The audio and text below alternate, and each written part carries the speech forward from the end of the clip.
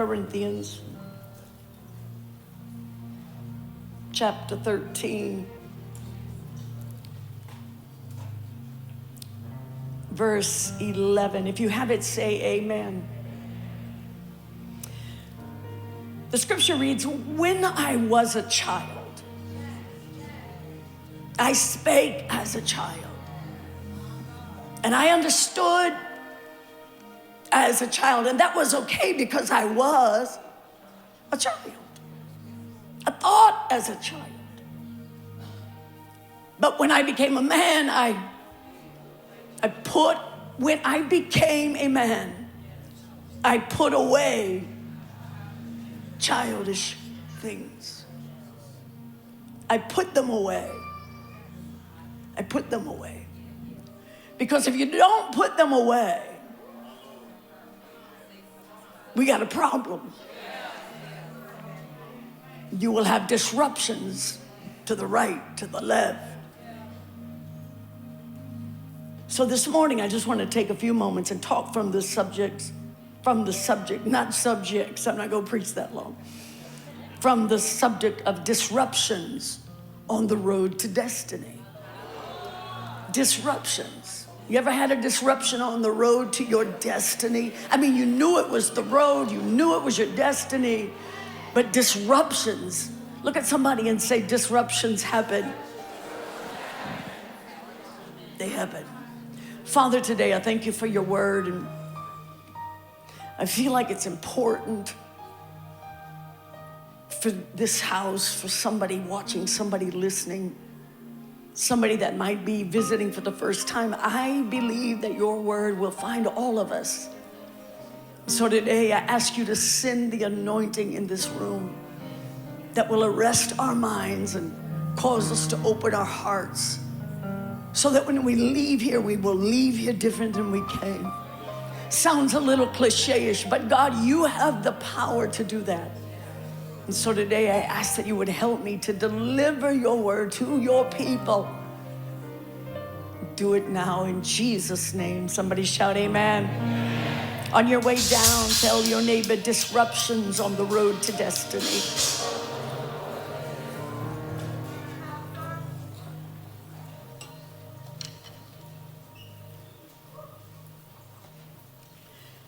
Destiny is one of the words, it's one of the church words that we hear quite often.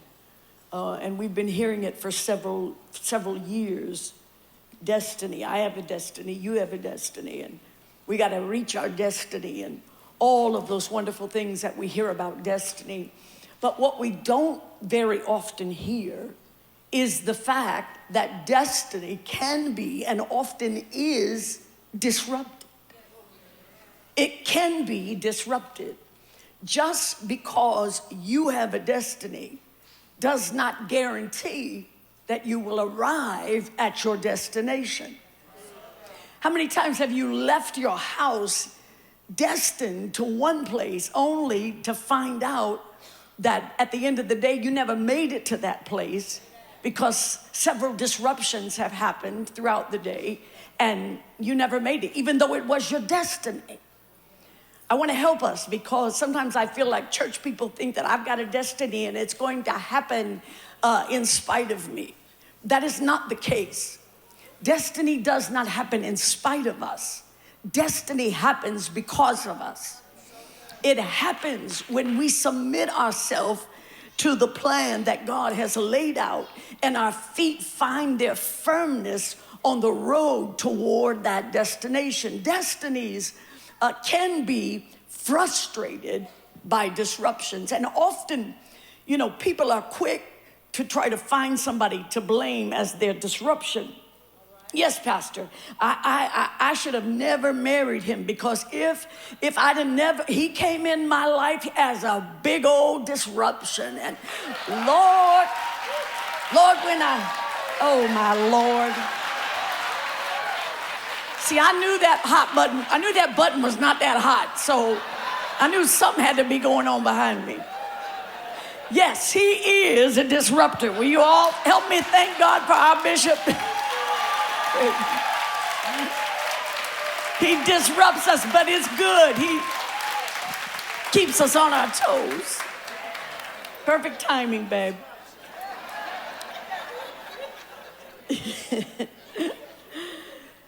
Somebody would be like, yeah, I married that person. And I should have never married them. I know I would be better today. I would be better off had I not chosen them. If I'd have just went in a complete opposite direction. If I would not have that baby out of wedlock, I would be better off today. I know that has been nothing but a deterrent to my destination and my destiny. But I want to tell you, all of the deterrents and all of the distractions and all of the disruptions that we find to our destiny are not all on outside of us. Most of them are within us. Okay, you look at your neighbor and say, you are your own distraction.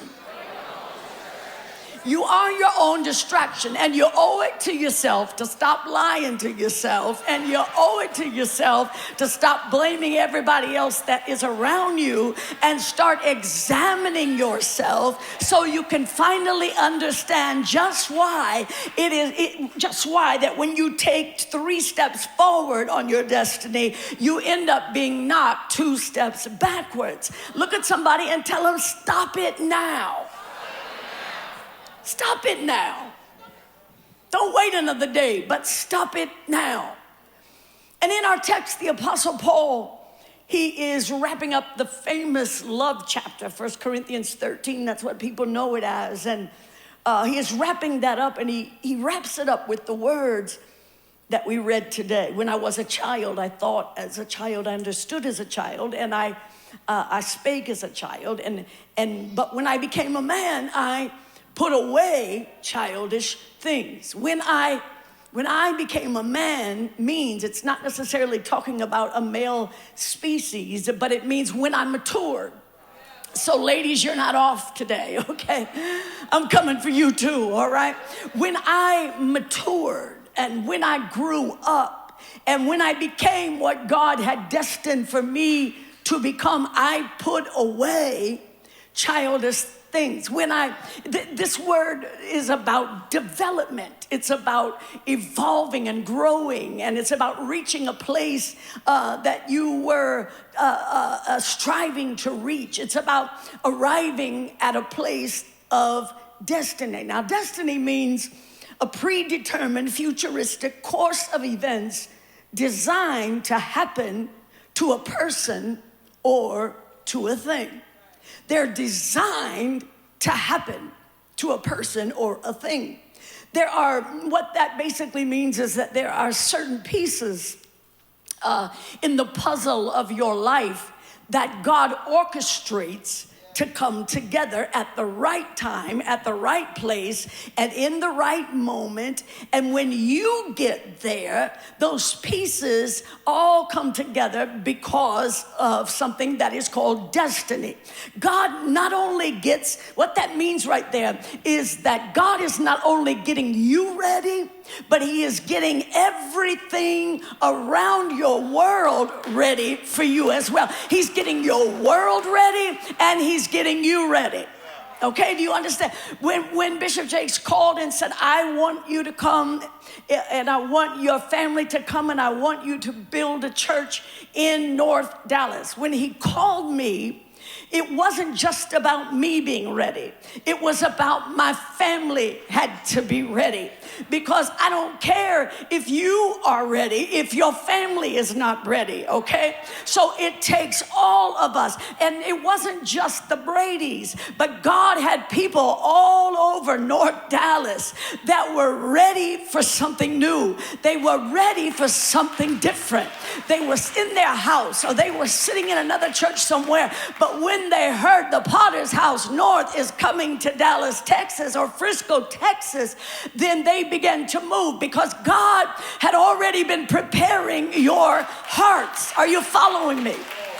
So God God will get you ready. He'll get your world ready. And he causes you out of nowhere. You start attracting certain people that you would have never attracted before. Certain vacancies will happen. Vacancies in the natural, vacancies in the spirit. He will allow certain voids to exist. He will make certain opportunities available at that moment. You're wondering, that was not available. I didn't see that a week ago. No, but now, because he orders our steps and he's got a destiny plan for our life, it's ready, it's open, it's available, so that when you step into that place, you will be ready to fit into where you are. Okay, so there's nothing worse than to have something great that doesn't fit. Ladies, have you ever had the perfect outfit for the perfect event hanging up in your closet, and you go to put it on and it doesn't fit? Y'all act like that don't happen. I mean, it's perfect, and you paid for it already. You already had alterations done. I mean, but that was for then, but this is now. So it's very, very frustrating when you have something that you already possess, but it doesn't quite fit. You have an incredible gift, but it doesn't fit inside of an organizational structure. Your gift is incredible, but you can't fit in the structure. You're brilliant. You're absolutely brilliant, but you have no idea how to blend into the culture of the company. And so you're frustrated, and the company is frustrated. Destiny is where God steps in and assumes the responsibility of preparing both you and the opportunity.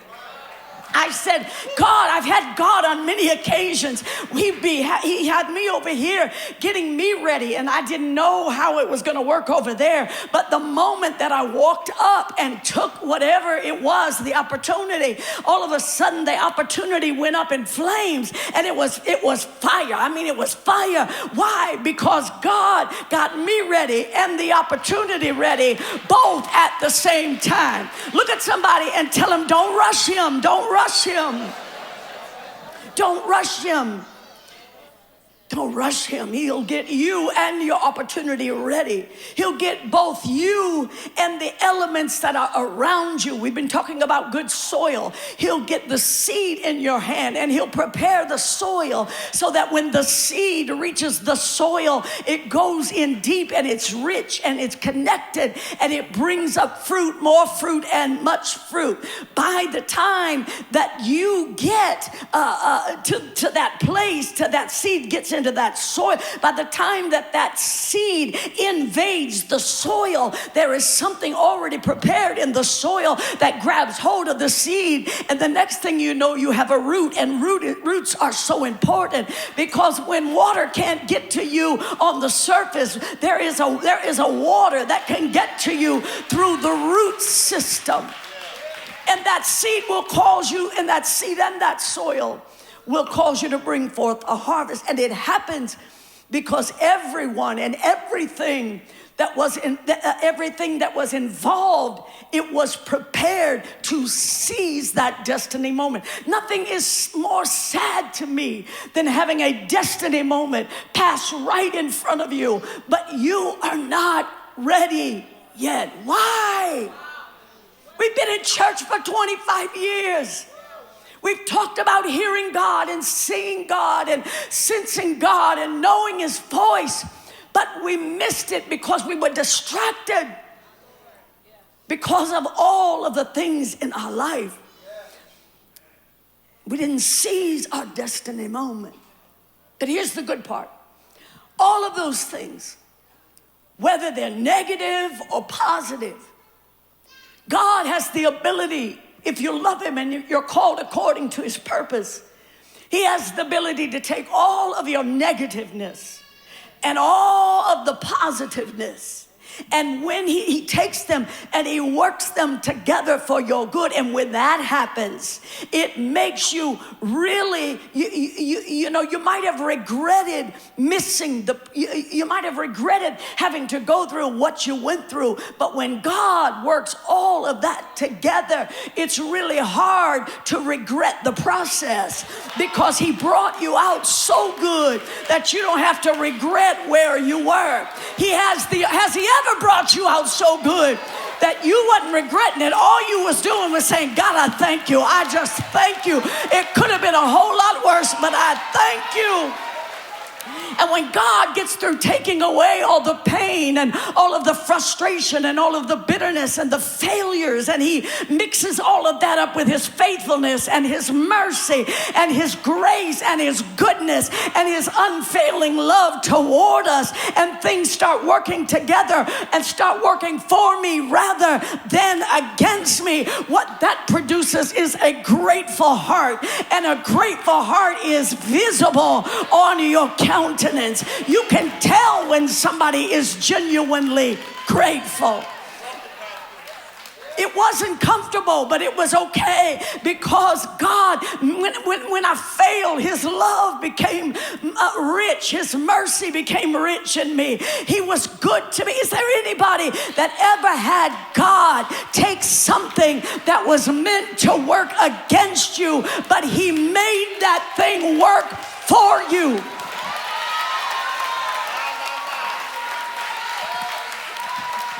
He made it work for you. Is there anybody that might be in this room today that has ever lost a friend, but it ultimately worked out for your good?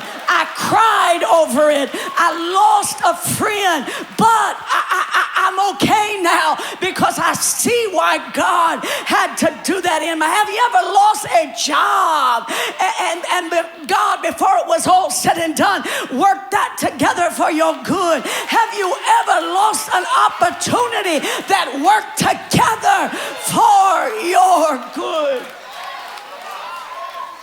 Have you ever been through anything that makes you look back and say, Lord, listen, if I had not gone through that, I would not be ready for this. It was the fact that you took me through that gave me the ability to pass this test and survive. So for this, I give you praise. I give you praise. Somebody is going through something right now, and you can't figure out why you're having to face it. But God brought me here and you here today so that I could tell you on his behalf that it will make you better and not bitter if you will just trust him during this process. Sometimes God has to allow certain people to betray you, to disappoint you, to build a complete lie about you. He will allow certain people to break your heart, and certain people to upset your comfort zone. You like your comfort zone. It's working good. Everything's working good. But now you have just upset my comfort zone. But sometimes God will do that because he wants you to move on because of something that he has in front of you. You can't see it, but he sees it. And periodically, like an eagle stirs up her nest, God will stir up the nest of your life. He will cause the wind to blow. He will cause the storm to hover over top of you. He will allow your heart to be broken into 1,000 pieces and your trust to be shattered so that he can move you to the place that you were predestined to be. I can't tell you how many times that God used the very people that I like the least to execute his will in my life. I need some high end on the monitors, please. So when God does that, then that stops you, or it ought to stop you from trying to be vindictive. Why should I be vindictive? Because I might have been vindictive, But God used the very person that hurt me to ultimately put me in a position to be promoted. And so even when it didn't feel good, I knew it was good because he works all things together for my good. Sometimes God helped me, he helped me to succeed in life by using somebody that I would have never thought was successful. You know, success wears disguises. I said it wears disguises, and sometimes it might come dressed up as a stumbling. You might think it's a stumbling block. You might think, oh, they're just ignorant. You might think, oh, they're poor. You might think, well, they ain't got a lick of sense in their head. They cannot be successful at all. But just because you don't look like my definition of success does not mean that you are not successful, because success is not always defined by a look. It's not always defined by a title. It's not always defined by a house that you live in. It's not always defined by a car that you drive. It's not always defined by a stage that you stand on. It's not always defined by a certain amount of money. It's not always defined by the degrees that are lined up behind your name, because some of the richest, most educated, most influential, popular people are the most miserable, suffocating, suicidal people that are out there, because success is not all, it's not about things. Success is about destiny. Success is about purpose. Success is about finding out what you were meant to do and find yourself content in what God has got for you to do. Success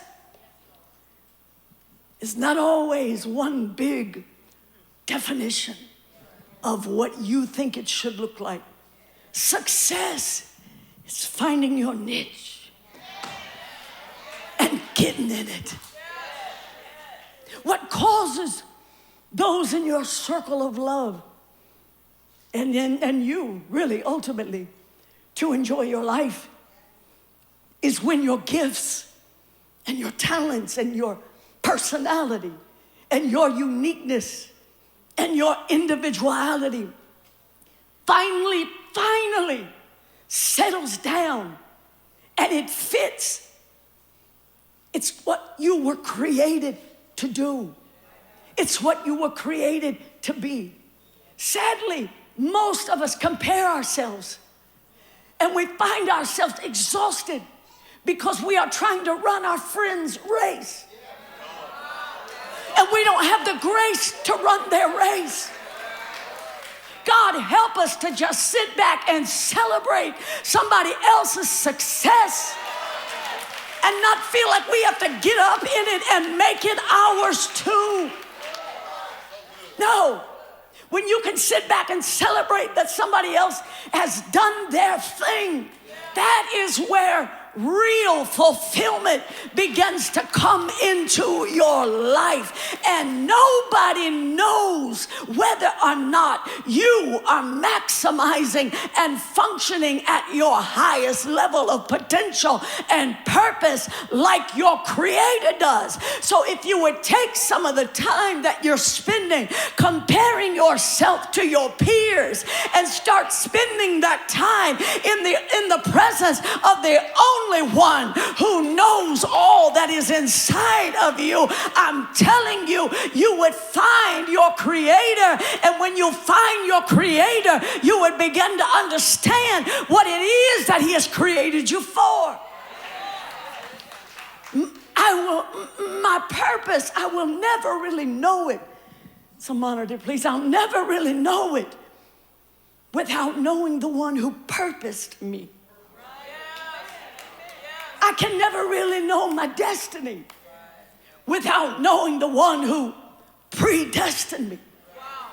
So I worship because I got to know Him. I come to His house because I need to know Him. I seek his face because I got to know him. I eat at his table and I partake of his word because I've got to know him, because he's the only one that really knows if I am hitting the target. You might praise me, and the danger of that is people are so satisfied that if they hear anybody clap for them, they think that they have hit the target. But you could be way off because you have not heard the master clap. You haven't heard him clap for you. You have heard people clap for you. Tell your neighbor, I appreciate all your compliments, but I gotta know what God thinks. I gotta know what he thinks. He's the only one that knows what I have the potential to do. He's the only one that knows, that has the power to look at me and say, well done, thou good and faithful servant. You have fulfilled your assignment on the earth. So I have to settle myself. And I have to find contentment in his presence so that I can know for sure that I'm moving according to his plan. Because every good opportunity is not a God opportunity.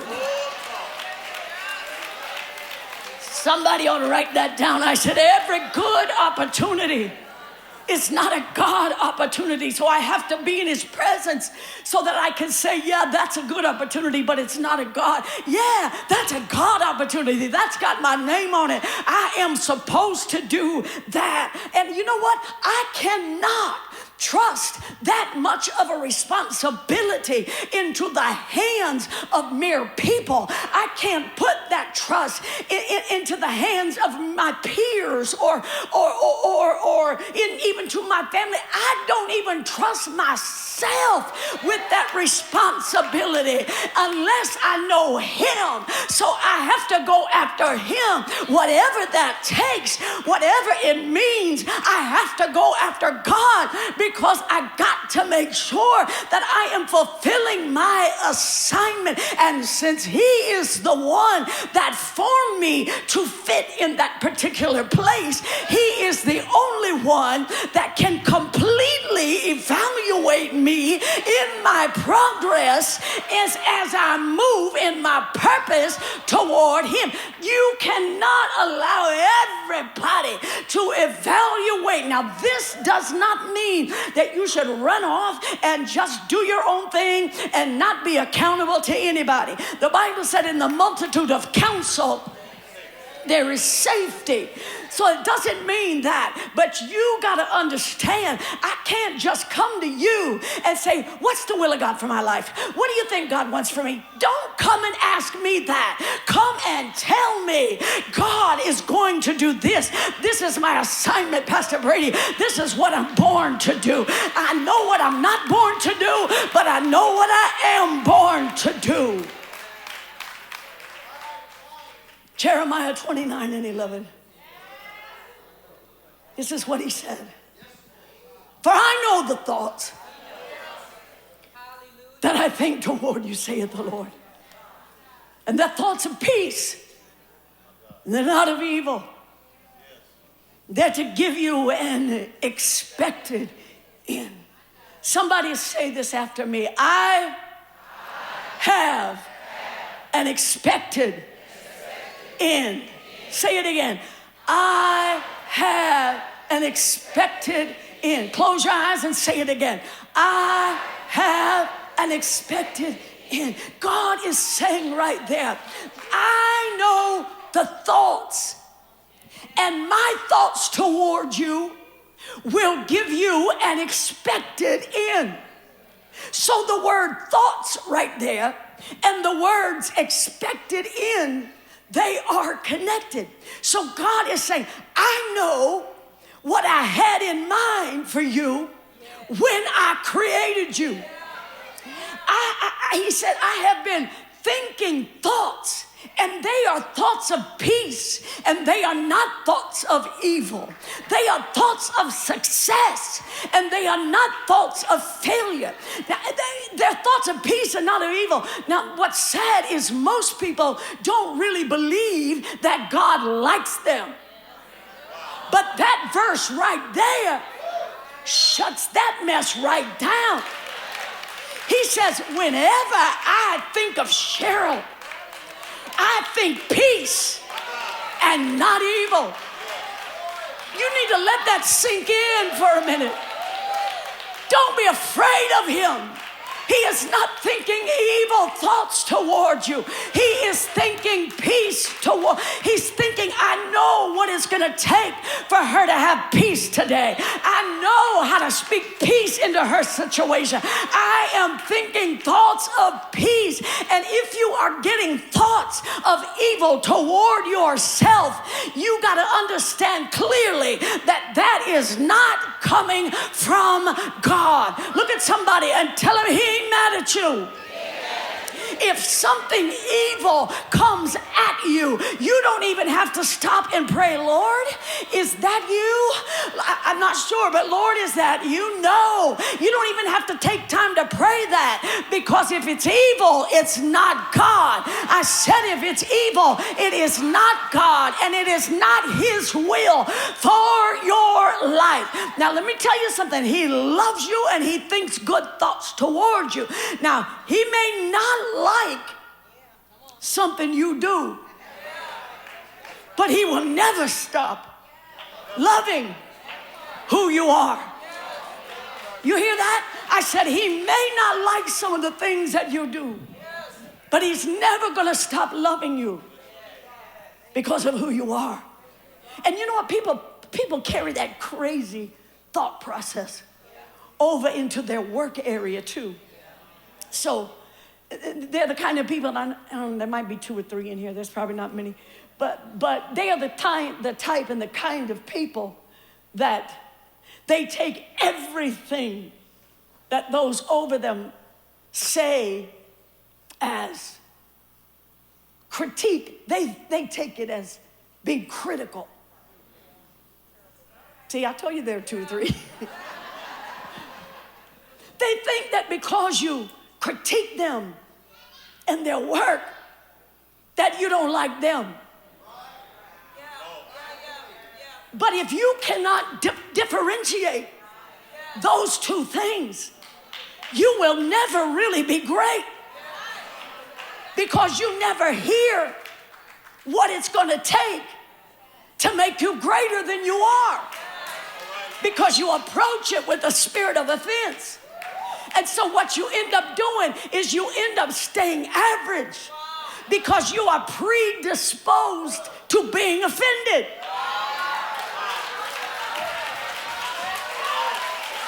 I'm preaching in here today. Just because I don't like your shoes don't mean I don't like you. I love you, but I think your shoes are crazy.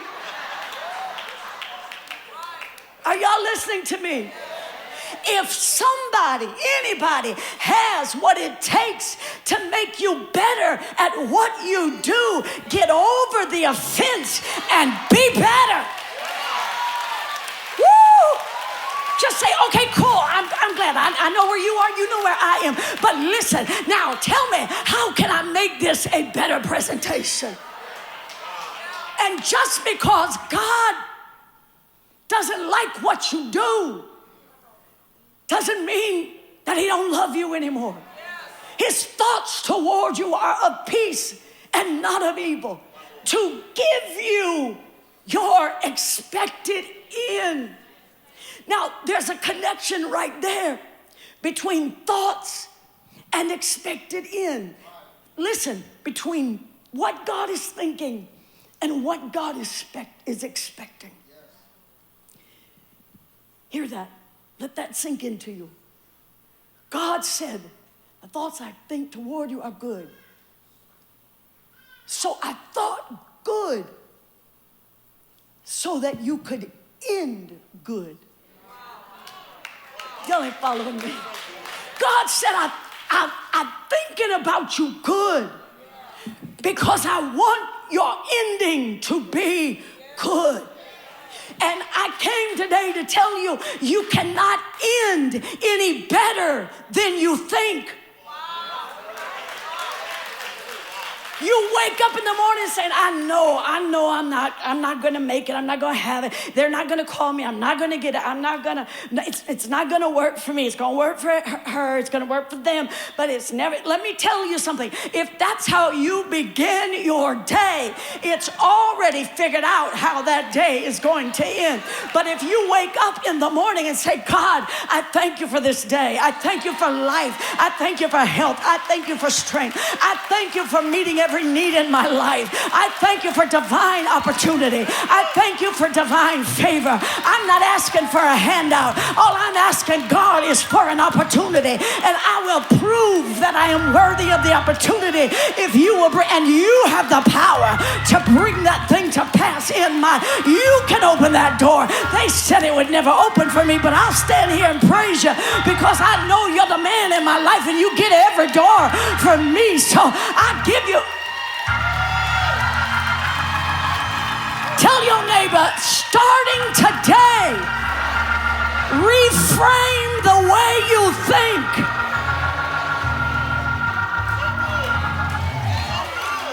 When you start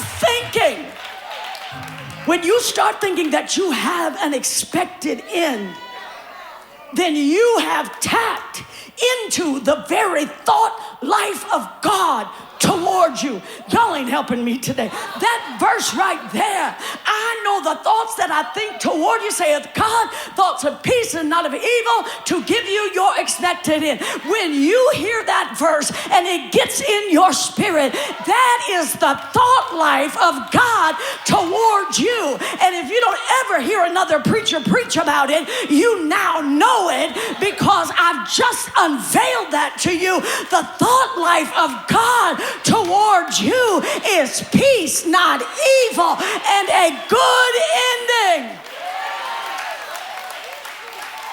You serve a thoughtful God. I said you serve a thoughtful God.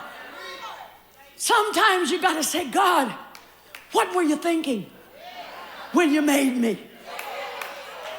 Why did you give me the skill that you gave me? Why is my personality like it is? Why did you give me the body that you gave me? Please understand that your God is a very thoughtful God. How many mothers are in here? He not only called you to be a mother, but he gave you a laboratory to develop what he called you to receive. The very thing that he called you to give birth to, he gave you the place where that thing is called your womb. All inside of you, that baby is developing for 9 months. He didn't say, I want to give you a child and then not give you that spot. He gave you that spot. And then when that baby was born, he gave you breasts so that you could nourish that very baby that he told you he wanted you to have. And then guess what, ladies? He gave us hips. You wonder why I'm a hippie? I gotta have hips to carry my babies on. Men, he didn't mean for you to have to carry that baby all the time, because men ain't got hips like that. And when you put that baby on that man, he's just like, he's sliding down like butter off a hot biscuit. And you ain't got nothing to hold him up there with. That's how thoughtful that God is. In other words, he shaped me for what he expected from me. I said he shaped me for what he expected from me. And if you don't know what he's expecting from you, examine your shape. Get into your shape. Look at somebody and tell them, get into shape. He said in Jeremiah 1 and 5, I shaped you in your mother's womb. Knowing your shape is important because your shape will always reveal your purpose. Remember that I preached this before about the shape, S-H-A-P-E. Here's how you evaluate your shape. You got to know your purpose, so you got to evaluate your shape. S, that stands for what kind of spiritual gifts do I have? H, that stands for your heart, your passion, what excites you. All of that is a clue to your purpose. A stands for, I didn't give them this ahead of time, so don't be mad at them, it's my fault. A stands for your abilities. What comes natural to you that other people struggle to get? What comes natural to you? P is your personality. How are you wired? Ask yourself that. And E is your experiences. All of your experiences matter when it comes to your destiny. When it comes, the thing, almost every time I preach, I end up telling you a story about something. You know why? Because I don't forget those stories. And I document those stories because they are a part of my journey. I said they are a part of, quit forgetting about everything you've been through. You went through it for a reason. Now I realize if it becomes a stumbling block, don't just pitch it away, but get down and ask God, help me to see why I had to go through what I had to go through. Help me to see how to get the good out of the bad. Lord, just what was it that made so-and-so drop me? Why did they reject me? Why were they not there for me? Yes, it's bad and it makes me feel bad, but since all things work together for my good, you got to get something out of that.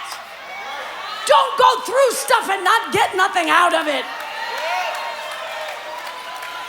When the children of Israel were coming through the water, Joshua stopped and said, now your feet are in a place that stands firm. Now I want you to see, that's key right there. Your feet are in, he didn't ask them to reach around and pick up a rock while their feet was shaky. But he said, now that your feet are in a firm place, now that you are in a firm walk with God, reach back and pick up a stone so that when your children ask you what means this stone, you tell them your story and you tell them we came through the water, we came through the flood, but we brought this stone out because we're not going to go through stuff like that and not come out with something.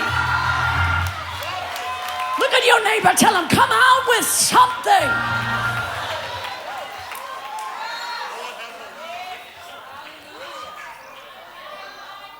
When you find your shape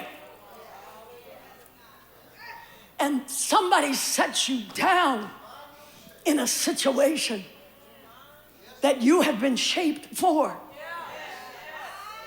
everybody else can be struggling with the answer. But you're like, hey, it's this right here. Why? How do you know that? Because that's how I'm shaped. I'm born for the job. I've been built for this thing. I have been built. These hips carry my babies. They carry my grandbabies all around too, because this is what I have been built for. Look at somebody on both sides and tell them, I got this. I got this. This is the highest and this is the best use of me. I don't know about anybody under the sound of my voice, but I want to get rid of everything that restricts me from living my highest and doing the best that God has called me to do. Lord, keep my feet on the path that will get me to my expected end. And because at the end of the day, now I know that I have an expected end. I have a target to hit. I have a goal to reach. I have a purpose to fulfill. I have an expected end to possess. Well, I believe that maybe I'm just missed my window and maybe I'm too old. Can I tell you something? If you woke up this morning, you are not finished yet.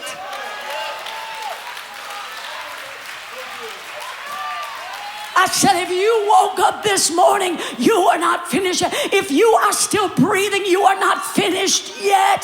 If your life is not over, you are not finished yet. And the reason you're not dead is because you are not done. Because the moment you are done, then you will be dead. So you have to wake up and say, God, what is it that you expect from me?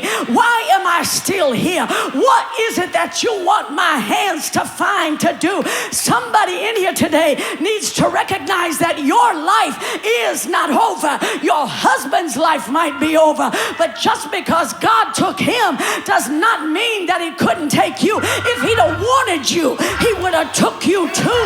But you have a purpose. So every day you got to wake up and say, what is my purpose today? Because God can use you at every season, every stage, every age, and every level in your life. And if you don't think so, then your thought life needs to be resurrected. Look at somebody and tell them, bring up your mind. Bring up your mind. God brought me here today to tell somebody, bring up your mind, lift up your expectation, lift up your countenance.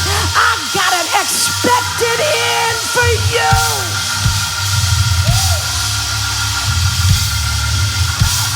Bring up your mind.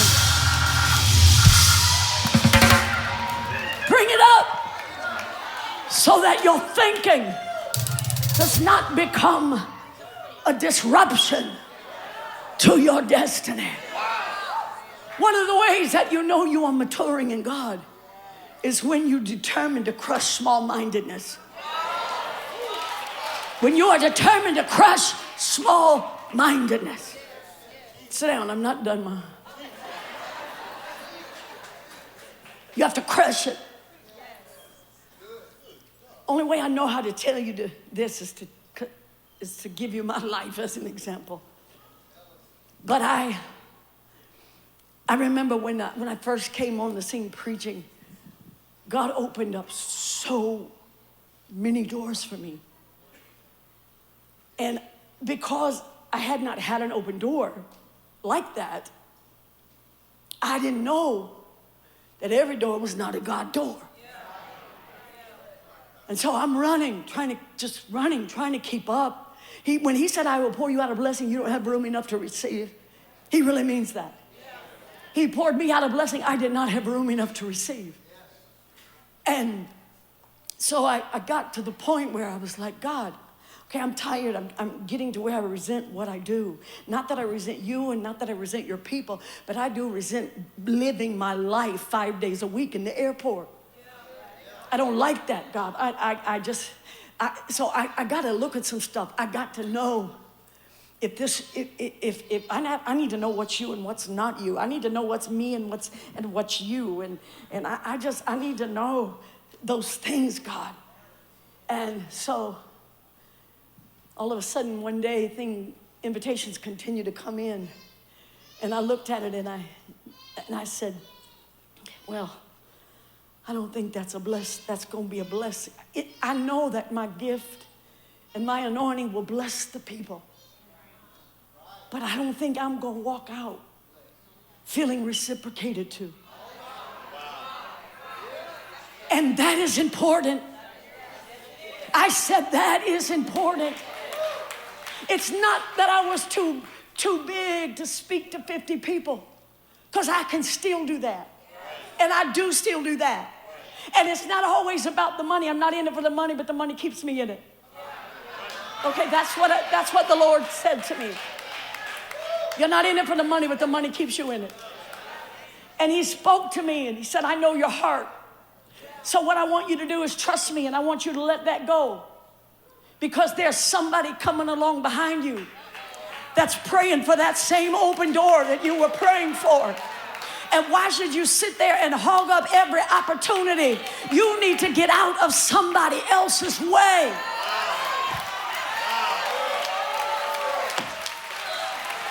Look at somebody and tell them, get out of my way. That means you need to move over and start making space for somebody else. Tell somebody else everything you know. Teach them what you know. Teach them what you know.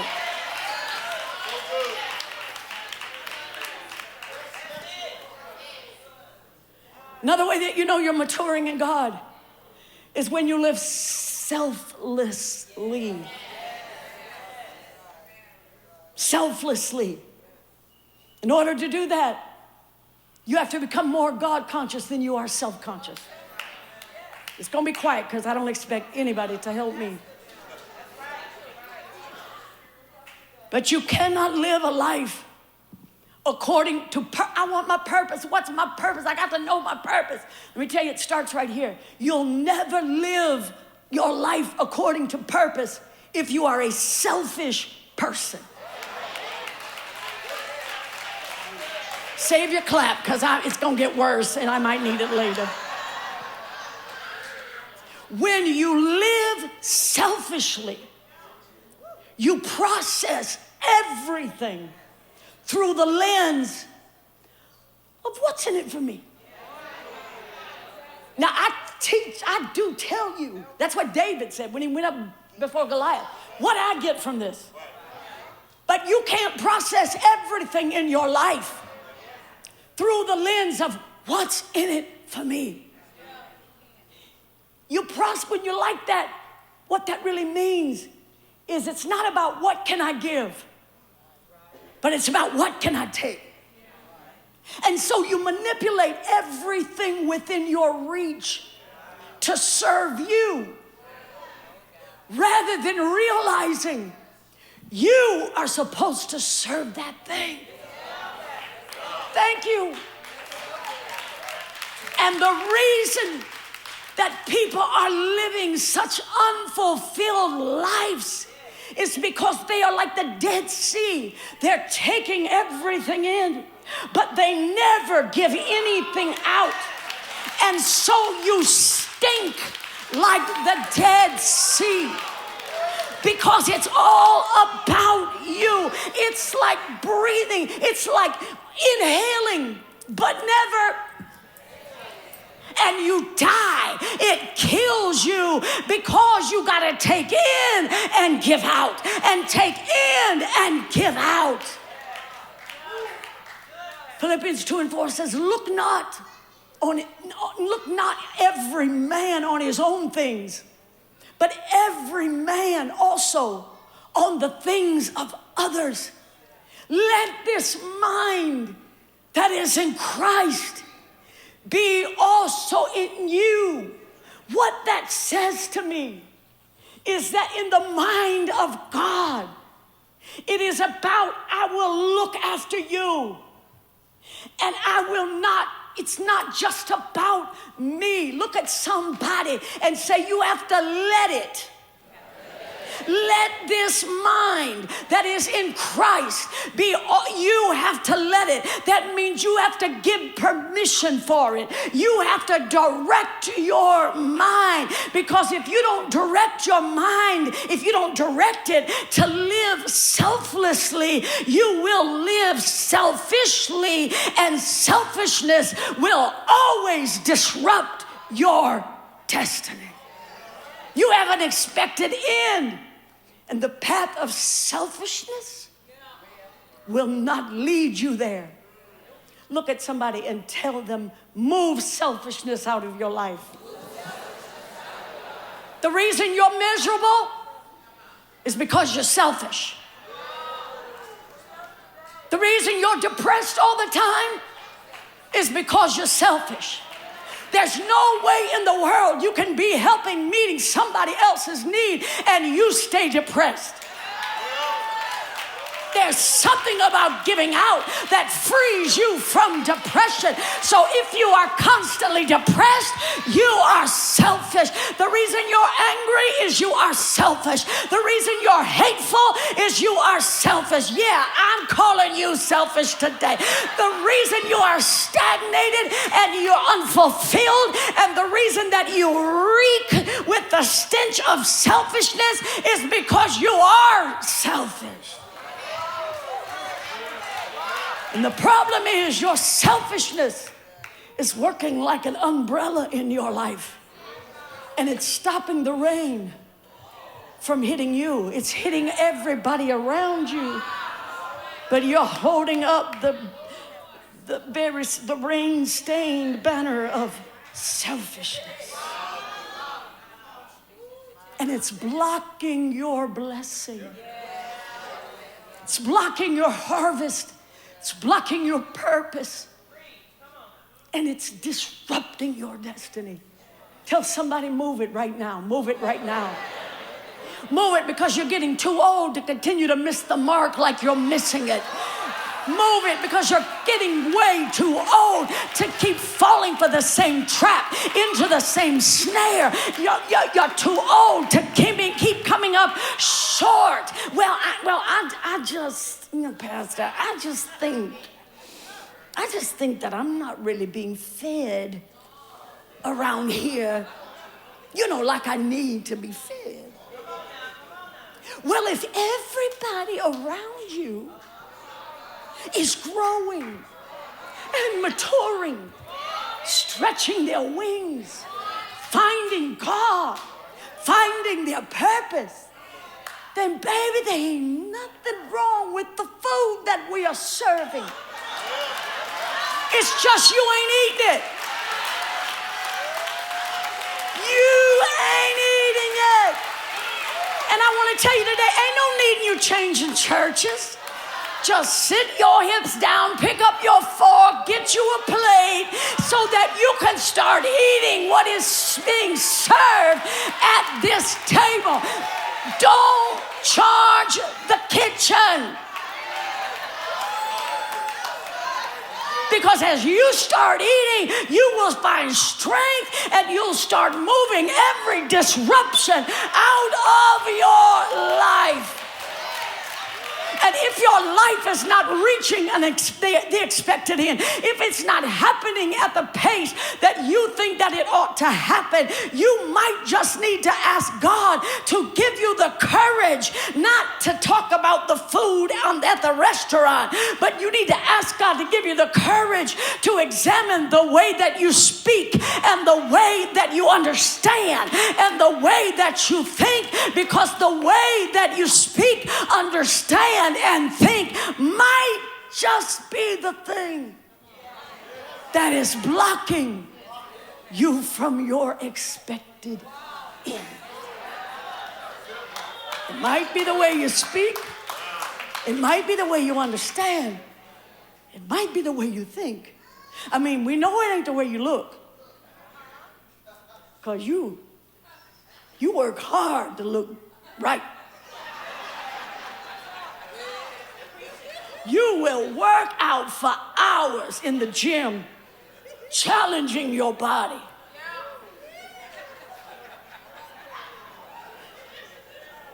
But what about your mind? You ever challenge the way you think? You ever challenge the way you speak? You ever challenge the way that you understand a thing? Have you ever misunderstood somebody and you was upset with them? And when they came and talked to you, it was absolutely nothing like you had understood it to be. And so you're like, Oh, okay, I'm sorry. I didn't understand. Sometimes you have to challenge your understanding. You got to do it for yourself. Ladies, I know your eyeshadow is the bomb. You work 25 minutes getting that stuff just right. Your eyes are awesome. But can you see anything?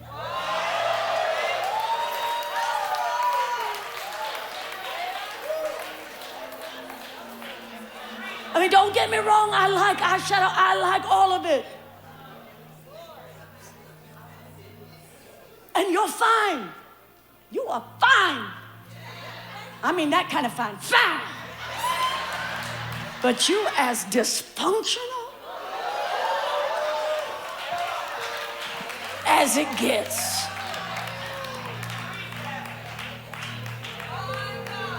Have you ever noticed how loyal people are to their dysfunction? I mean, it ain't working, but you're killing yourself, holding on to it with all that you got. How long are you willing to let life just pass you by and mess up and frustrate your destiny because you are in the fight for your dysfunction? This is my dysfunction, bless God. How many more good relationships are you going to lose because of the way you speak, understand, and think? How many more people are you going to offend because the way you think, understand, and speak tells everybody you're a jerk? Oh, I don't like that. When I was a child, I spake as a child. I thought as a child. And I understood as a child. But when I grew up, I put away childish things. So what we are looking at in that verse right there, we are looking at an immature inner life. You follow me? Outwardly, you're a man, you're a grown woman. Outwardly, you're mature. But your inner life is immature. You're growing up outwardly, but you're immature inwardly. Look at somebody, now brace yourself because they may want to hit you after this. But look at somebody and say, is it possible that inside you, you are still a child?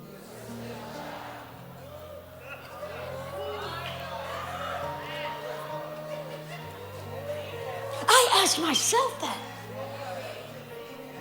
Is it possible? After all the word I've heard, after all the word I've preached, have I grown up out here, but inside I'm still a child? Is it possible that you are reacting to things and you are responding to things that stimulate you like a child? Speaking and understanding and thinking like a child is okay when you are a child. But when you became a man, when you grow up, when you mature, you are supposed to put away selfish, childish things. And I'm done, but listen. Please note this. The text does not say, I put away childish things and it made me a man. It does not say, I put away all the childish things in my life, and now I'm mature. It does not say that. He said, when I became mature, I still must have had childish things in me. Tell somebody the battle is real. The battle is real. He was a man, but he still had childish things in him that he needed to put away. In other words, what was appropriate behavior for me is no longer appropriate behavior for me. Now that I'm grown up, the way that I speak, the way that I understand, and the way that I think. In other words, I am now too big to be bound by that behavior.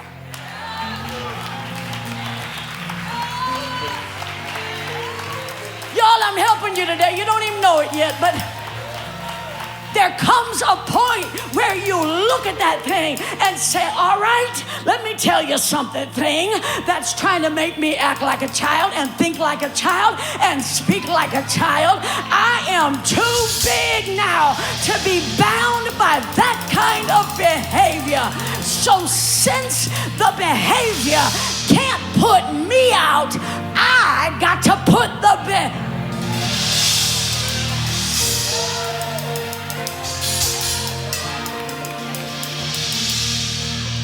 grown outwardly, bound inwardly by the behavior of a child. And I'm going to tell you, I don't know who I'm preaching to today, but you cannot wait another day for that behavior to just leave. Look at somebody and tell them, put it out. Actually, the text says, put it away. Look at somebody and say, put it away, put it away, put it away. It's making a fool out of you. Put it away. Now, the phrase, put away. Now listen to you. You do not want to miss this part. The phrase, put away, is akin to the phrase that's in verse 10 in that chapter that says done away. It's verse 10 talks about we know in part, we prophesy in part, but when that which is perfect is come, then that which is part, that which we do in part is done away. Somebody say done away. So done away and put away are the same Greek word. Put away carries with it the same idea that done away carries, meaning this: it's not completely abolished, because there's a little child inside of us all. It's not completely abolished, but it has been rendered inactive.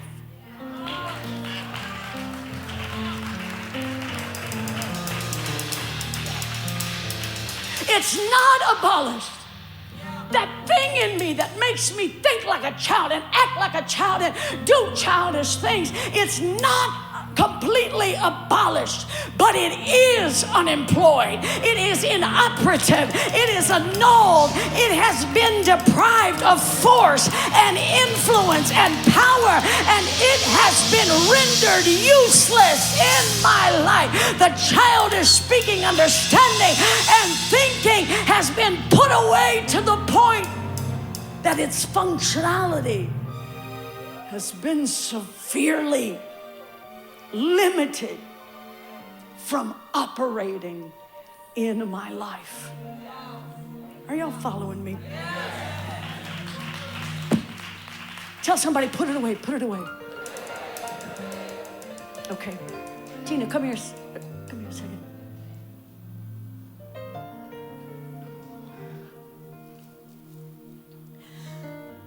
I want to shake your hands. But I can't, because there's something. Well, if I give all this stuff into your hands, then you can't shake my hand back. So hold on a minute, because I need to put these away.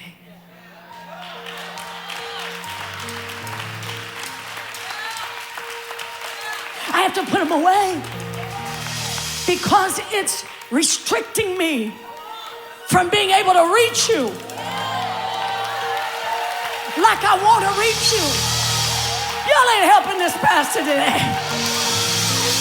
So I got to put it away. Now, it didn't go anywhere. I know where it's at. Woo! I said I know where it's at. But it no longer restricts me from reaching the person that I need to reach because I put it away. Before you lose an opportunity, put it away. Before you miss your window, put it away. Before you have the power and then lose it, put it away. Look at somebody and tell them, you can put it away. Tell somebody else, you can. You can do it. You can do this thing. You got the power to put it away before it makes you lose everything that you have spent years building. Put it away. Because rest assured, if you don't put it away, Prophetess Calloway, it will put you away. It will put your dreams away. It will put your vision away. It will put your purpose away. It will put your destiny away. If you don't control it, it will control you. You can put it away, but you can't put it away and hold on to it at the same time.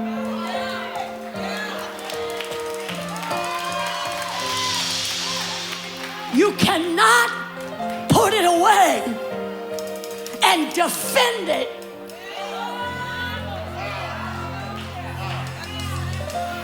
at the same. You can't put it away and make excuses to keep holding it at the same time. Because what you are defending is disrupting your destiny. Stand with me all over the building.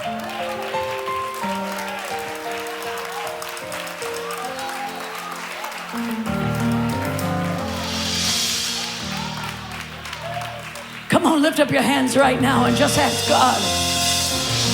Because every one of us have got something we should put away. Ask God to help you. There's so much at risk. There's so much at stake. There's so much that He wants to do. But God, whatever it is that would stop me from reaching what I need to reach, show it to me and give me the courage to examine myself and not blame anybody else, but to put it